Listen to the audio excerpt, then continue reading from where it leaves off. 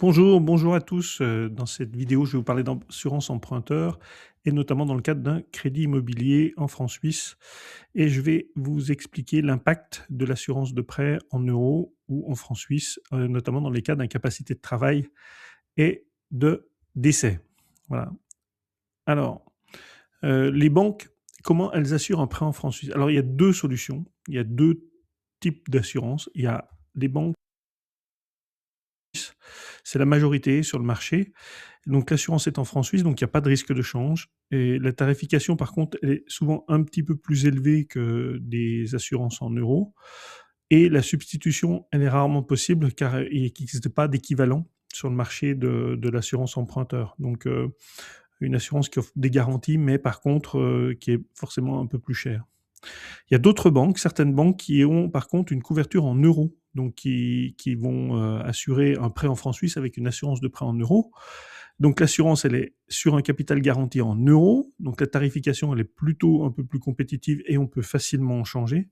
Par contre, et c'est ce qu'on va voir maintenant, c'est qu'il y a un risque de change en cas de sinistre. Quand on dit sinistre, donc c'est le décès et l'invalidité. Pour que ce soit parlant, je vous propose de prendre un cas concret. Prenons le cas de Paul et Virginie qui achètent une maison en 2021, 550 000. Ils empruntent 450 000 euros en devise.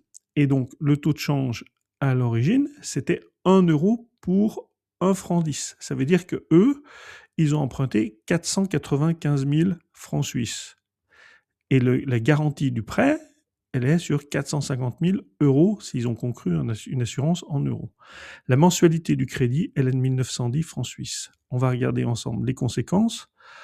En cas d'incapacité de travail, donc incapacité de travail, c'est on est en arrêt de travail de plus de 90 jours. Donc là, dans le cas présent, c'était pour un cancer. Virginie est en arrêt et donc depuis le mois d'octobre. Donc à partir du mois de janvier, l'assurance doit indemniser et prendre en charge l'assurance emprunteur.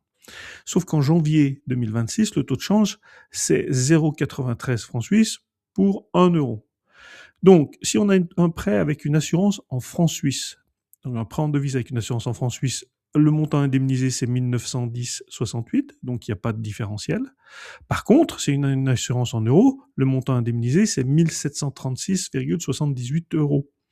Donc ça veut dire qu'il y a un reste à charge qui s'élève à 295 francs par mois, alors qu'on est couvert à 100%.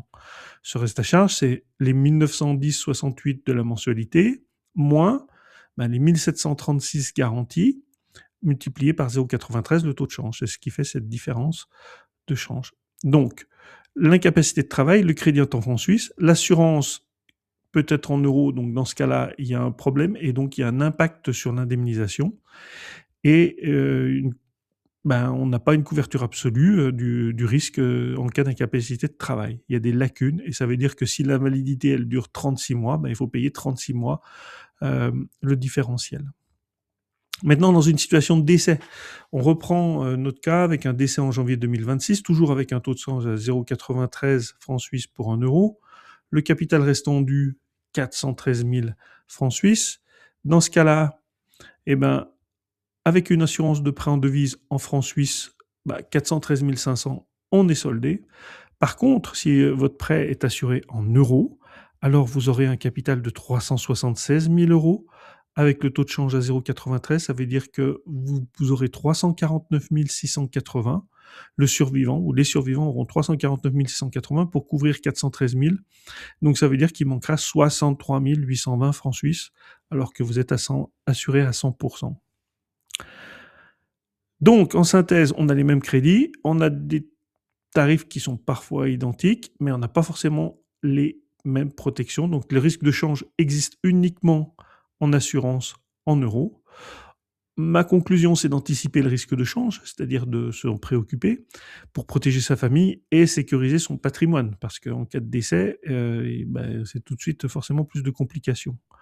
Les solutions qui existent sur le marché, il n'y a pas d'assurance emprunteur en francs suisses. Par contre, ce qu'on peut faire, et ce qu'on fait maintenant, c'est beaucoup d'assurances en euros, des contrats d'assurance qui garantissent un capital de 120% du montant emprunté. 120%, ça nous permet de gonfler le montant assuré, mais malgré tout, on reste très compétitif en termes de tarifs parce que les assurances extérieures, elles sont souvent très compétitives, surtout si vous êtes en bonne santé, que vous n'êtes pas fumeur, et on va dire que si vous avez moins de 50 ans, moins de 45. Un comparatif avec l'assurance de prêt à 120 par rapport au cas qu'on vient d'évoquer. L'incapacité de travail, eh bien, dans le cas présent, donc notre mensualité, elle était de 1 910,68. Le montant indemnisé, c'est 2 288,81. Avec le taux de change à 0,93, ça nous fait 2 168,60, donc un reste à charge à zéro. En cas de décès, le capital restant dû 413 500, le montant pardon, indemnisé 452 439, soit avec le taux de change à 0,93, 420 000 francs suisses et un reste à charge à zéro. Voilà. Donc il existe une solution pour couvrir ce risque de change en payant moins cher, mais surtout pour mieux protéger ses proches si votre assurance de prêt est en euros et que vous avez souscrit un prêt en francs suisses.